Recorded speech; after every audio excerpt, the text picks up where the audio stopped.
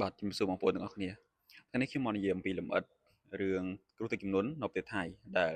កំពុងនឹងវាយលុកខ្លាំងនៅភាគខាងត្បូងរបស់ប្រទេស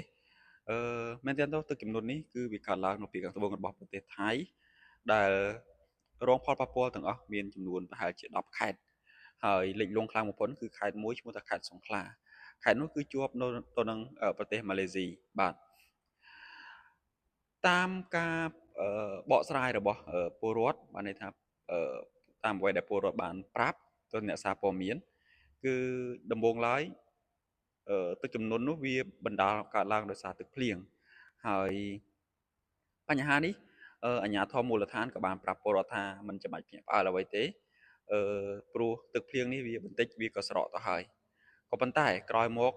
ភ្លៀងចាប់ផ្ដើមធ្លាក់ខ្លាំងទៅហើយភ្លៀងជាប់ច្រើនថ្ងៃទើបបណ្ដាលធ្វើឲ្យលិចហើយទឹកនឹងក៏ហក់ឡើងខ្ពស់មែនទែនដោយបងប្អូនបានឃើញក្នុងរូបភាពអញ្ចឹងគឺតំបន់ខ្លះគឺលិចផ្ទះតែម្ដងតំបន់ខ្លះគឺទឹកហូរខ្លាំងមែនទែនហើយអ្វីដែលរាសអឺនៅទីនោះគាត់មិនសប្បាយចិត្តនោះគឺការផ្ដល់ព័ត៌មានរបស់មន្ត្រីមូលដ្ឋានគឺគាត់ចង់ឲ្យមានការផ្ដល់ព័ត៌មានឲ្យបានច្បាស់លាស់ឲ្យបានត្រឹមត្រូវឲ្យបានល្អប្រសើរជាងនេះមិនមែនទាល់តែទឹកលិចពឹបបានប្រកាសអាសន្នថាឲ្យជំនះពលរដ្ឋនោះទេហើយបងប្អូនឃើញអញ្ចឹងគ្រួសារខ្លះបានជំនះខ្លួនទាន់ពេលវេលាទៅកាន់ទីទួលមានសុវត្ថិភាពតែគ្រួសារខ្លះបានជាប់គាំងនៅក្នុងផ្ទះហើយកុមារក្មេងៗខ្លះបានអឺ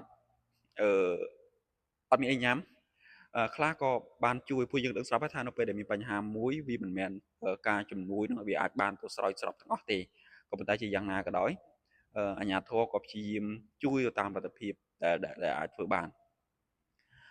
ចំពោះករណីទឹកជំនន់នេះដែរមែនទែនទៅតំបន់ហ្នឹងតំបន់ពីខាងត្បូងប្រទេសថៃហ្នឹងគឺមានការជន់លិចស្ទើរតែរៀងរាល់ឆ្នាំហ្នឹងឯងក៏ប៉ុន្តែក្នុងឆ្នាំ2025នេះវាជាការជន់លិចដ៏អាក្រក់មួយក្នុងរយៈពេល25ឆ្នាំចុងក្រោយបានន័យថាកន្លងមកគឺជន់លិចធម្មតាមិនដល់ថ្នាក់លិចផ្ទះលិចអីទេប៉ុន្តែឆ្នាំ2025នេះវាលិចខ្លាំង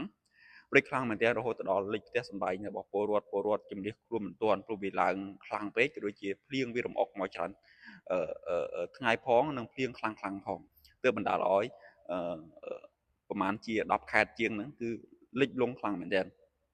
បាទហើយហ្នឹងហើយដូចអ្វីដែលខ្ញុំបញ្ជាក់អញ្ចឹងថាអឺ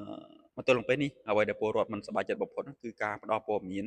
របស់អាជ្ញាធរមូលដ្ឋានទៅកាន់ពលរដ្ឋមិនបានទាន់ពេលវេលាយ៉ាងណាក៏ដោយយើងមើលឃើញក្នុងកលៈទេសៈបានន័យថាយើងមើលឃើញនៅក្នុងទឹកជំនន់របស់ប្រទេសថៃនេះវាអាចនឹងជាអ្វីដែលយើងត្រូវរៀនសូត្រព្រោះធម្មតាទេស្រុកយើងស្រុកខ្មែរក៏មានការលិចលង់ដែរដូច្នេះអ្វីដែលសំខាន់នោះគឺការផ្ដល់ព័ត៌មានទៅកាន់ពលរដ្ឋការស្ទាបស្ទង់ស្ថានភាពជាពិសេសគឺការធ្វើយ៉ាងណាជំនះពលរដ្ឋឲ្យបានទាន់ពេលវេលាព្រោះយើងមើលនៅក្នុងការលិចលង់នៅរបស់ប្រទេសថៃនេះគឺពលរដ្ឋខ្លះគឺជាប់នៅក្នុងផ្ទះ4-5ថ្ងៃក៏មានដែរហើយអ្វីដែលសំខាន់នោះគឺมันអាចជំនះពលរដ្ឋទាន់ពេលវេលាបាទវីដេអូនេះមានតែប៉ុណ្្នឹងទេខ្ញុំគ្រាន់តែចង់បញ្ជាក់ថា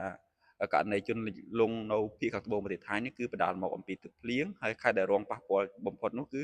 ខេត្តសង្ខ្លាហើយខេត្តទាំងអស់វាមានចំនួន10ខេត្តដែលលិចលង់បាទជួបគ្នាវីដេអូក្រោយជំរាបលា